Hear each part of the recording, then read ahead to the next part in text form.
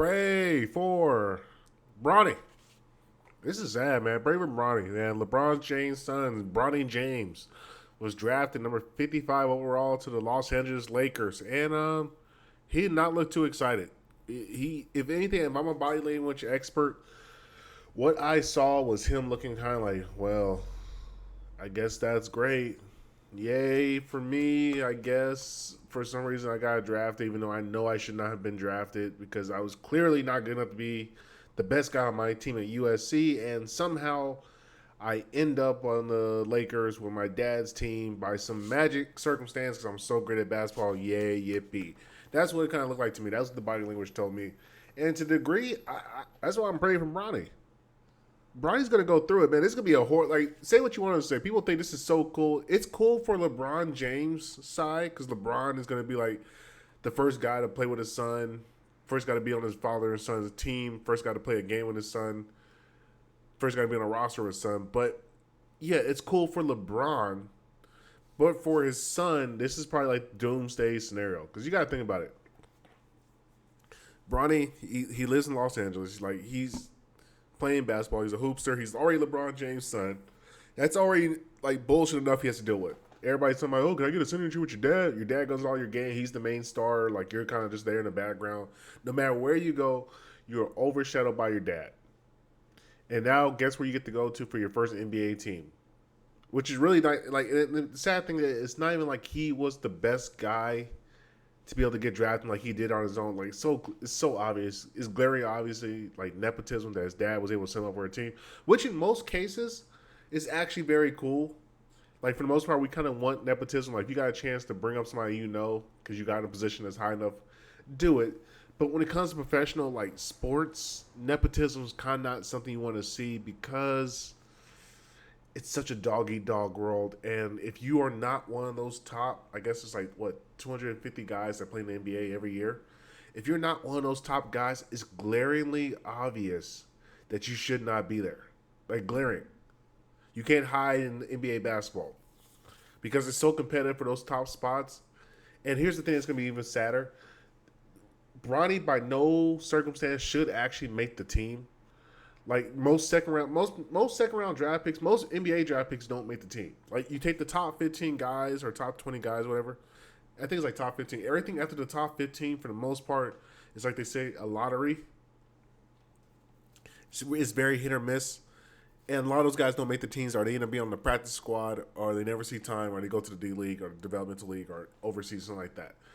Bronny definitely was not NBA material by most scouts. And it's not to say that he couldn't be NBA material, but just from his like size, ability, skill set, everything above, he's not actually like an NBA caliber player. So he's going there under his dad's stewardship. And if you know anything about LeBron James, leadership is not very good. Most teams he beat on, he's not normally the top guy. Or he might be the top guy, but it's like a false bravado top guy. Like even when he was in Cleveland, he was the top guy kind of just because he's the best player, but he wasn't really the leader. When he went to Miami, definitely was the leader. He had Haslam, D Wade, those guys are probably the top leaders. When he went to Cleveland again, he's the leader, but Kyrie was right there. It was 1A, 1B. It wasn't really like LeBron was the best guy. Like Kyrie was right there with them. And in Los Angeles, I guess he is the leader, but he's not much of a good leader. He's kind of just like the lead guy as far as being the playing ability. But as far as being like leadership, developing guys, teaching guys, he's a solo dog. He's in the game for LeBron.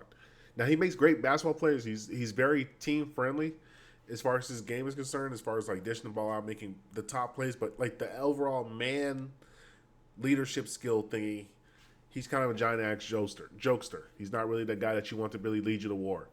And so now his son is going to watch his dad basically play basketball for the next 82 games. And that has to be glaringly just shitty.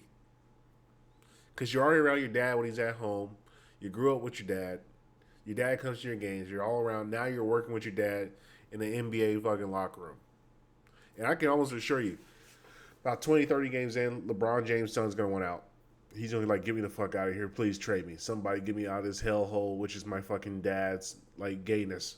Because here, don't let it be misconstrued. As much as I love LeBron, the basketball player, LeBron, the actual dude, is he kind of a loser, and this is not in like a bad way. I'm not trying to say like he's not intelligent or anything, but this is just a common thing when it comes to pro athletes. Even like Peyton Manning, Tom Brady, all your favorite sports athletes, they're very, very super one dimensional because their job entails for them to be super one dimensional. They don't have many other skill sets outside of that one thing, which is putting the ball in the hoop and keeping other people from putting the ball in the hoop.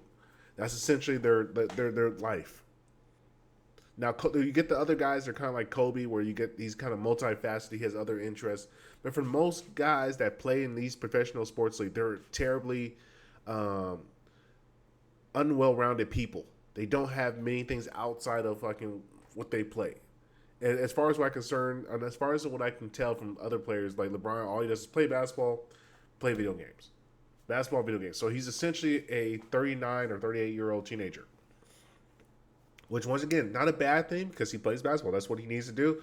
He's not being paid to be an intelligent person who talks and speaks into a microphone to give you brilliant insights and make you think differently. His job is to put a ball in the hoop and stay healthy. That's it. That's what he's supposed to do. That's his niche in the world. Don't hate him. I'm pointing out the facts. And LeBron James' son, who is not so desperate in to play basketball because, once again, he's playing basketball because he just enjoys basketball. Like, he doesn't actually need to play basketball for survival.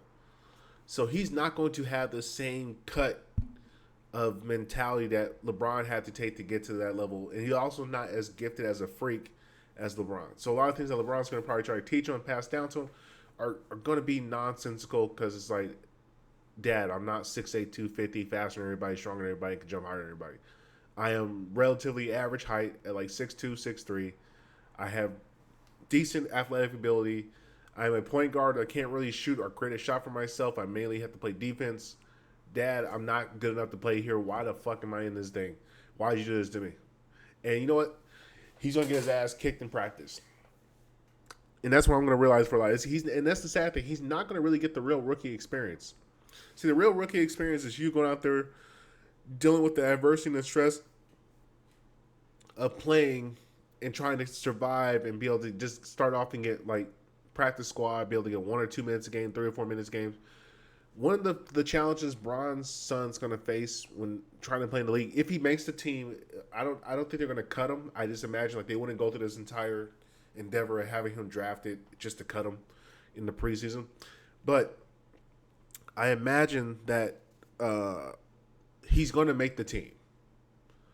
Now, here's where the shitty part comes: is that there's no real way for him to be able to actually compete to get real playing time. So he knows any playing time that he gets, and this is why J.J. Redick also got picked up as a coach, because LeBron probably in his ear like, hey, look, make sure that boy plays. I made sure to pull some strings to get you this job, so you make sure my fucking son gets a couple minutes every game so we can celebrate, so I can get the whole news clippings. And it's going to happen because the NBA is a very unethical league in that way. Yet they pull a lot of favors for their stars, which is kind of a smart thing we do marketing-wise because you kind of want your stars to be happy because the happier the stars, the better they perform, the more revenue comes in because people are more willing to watch. But we're going to watch Bronny steal minutes from guys that really want the minutes and really need the minutes because that's what they're playing for contracts. And we're also going to watch a lot of guys go after Bronny because they're going to say, oh, he's the weak one in the spot. Go get his ass. Because once again, he should not be there. And the acclimation, I think that's another thing people don't understand. Like, Bron's son, I think he played like a year in college. He's coming in at 19, 20 against grown men who are much better than him. Not just much better, but like we're talking about grown men that have matured in the league, played in the league, understand the league, and should have been there to begin with. LeBron's son's coming in as a 19-year-old who was already not kind of supposed to get drafted. Most people projected him like he should be undrafted. And the only reason he will be drafted is because his father is LeBron James. So not only that, he's going to be dealing with the guys going extra hard at him to basically prove a point like you shouldn't be here. And you should really give him all hopes because once your dad is gone, you're out this league too. You might as well go with them.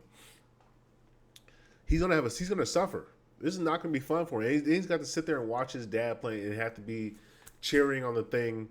And it's going to be all under a microscope. He's going to be the most watched bench player of all time.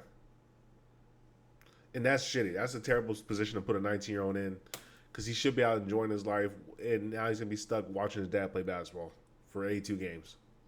And then maybe into the playoffs. And if his dad starts playing bad, he can't really say anything. They're gonna ask him. He's gonna this is gonna be a tragic experience. I really don't think we understand. His mental health will suffer. And here's another thing that's gonna be like huge. Is like the real. See, I think Bron Jr. probably knows that he took somebody's spot. But what's gonna really start to hit him is when he starts to see guys who are really trying their best, fighting for a position, knowing that they're not gonna get on that team.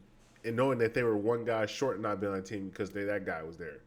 And most guys are going to be too scared to speak out against Bronny because it's LeBron's league and LeBron hears everything. And LeBron will make sure you don't get any play time. Don't play in the league anymore. Make sure you get cut because LeBron is kind of a prima donna like that. But there's going to be a couple of guys that are going to be like, dude, fuck this. Like, he shouldn't be there. Why is he here? He knows he's not supposed to be in this game. Like, he didn't do anything. He's not good enough to play. Why is he here? And that's going to be a big one because that's going to really be the thing that's going to be testing him because he's not going to have an answer for that. His only answer is going to be, well, my dad got me this job. And it's kind of like the nepotism you see with most guys, like when they run a company, they build a company from the ground up and they pass down to the kids and the kids railroad it into the ground. Well, it's going to be like the opposite for Bronny. I think Bronny might be a little more insightful and more intelligent than his dad. His dad thinks this is a fucking great idea because his dad thinks anything he does is a great idea. But Bronny might have a little bit of intelligence. I saw him when I was watching during the draft when he put the hat on. He was like, it wasn't cheerful like, yes, I did a lifelong dream that I fought with my own hands and I did it. Nobody helped me. No one gave me any handouts. No, he was like, dude, I know I didn't make it. I know for a fact that I'm not good enough to be here. Why am I here? I'm only here because of one reason, my dad. And once again, this just proves the fact that, yeah, my dad pulled all the strings. I'm not as good. And that's going to be the crippling thing because he'd be like, what's the point of even trying if I'm going to make it no matter what? Because you don't know if it's real or not. So when faced with that dilemma and that decision where it's like, okay, like when you're fighting for your life to get into a position to be able to get a job or whatever you're trying to do in life, when you're in that position fighting, when you succeed, or when you get that final job offer, or when you finally start that new job, or when you get that promotion, or when you start in the game, or when you get playtime, you can feel like a gratitude because you know I put my best effort for it, and my best effort got me into that position to be able to play and do those things. But when you know for a fact, because it's glaring obvious, because there's going to be people in the media who are talking, he's going to see the level of play, the difference in level of play, when he's playing with these guys, and he's seeing like, what, this is not all the best guys. This is just the practice squad guys that they're bringing in for summer camp on the Lakers, and they're killing me. I'm getting killed on both ends, offense and defense. I can't get a shot off. I can't dribble past anybody. Defense, they're blowing past me. I suck, and yet I'm making a team. I'm getting passed through school. They're just passing me. They're just giving me A's. I know for a fact I'm failing the test. He's going to get to a point where he has to make a decision. Either I drop out and I quit, or I try to be so bad to the point where they're just like, look, we can't play him, Bron. Bron, he has to go. We have to get rid of him, Bron. It's causing depression in the morality of the team because we're looking at other guys who need this job, and they're like, fuck it. Like, they're killing each other, and they can't even go after your son. Anybody that goes against your son, they know that they're kind of scared to go because they might lose their job.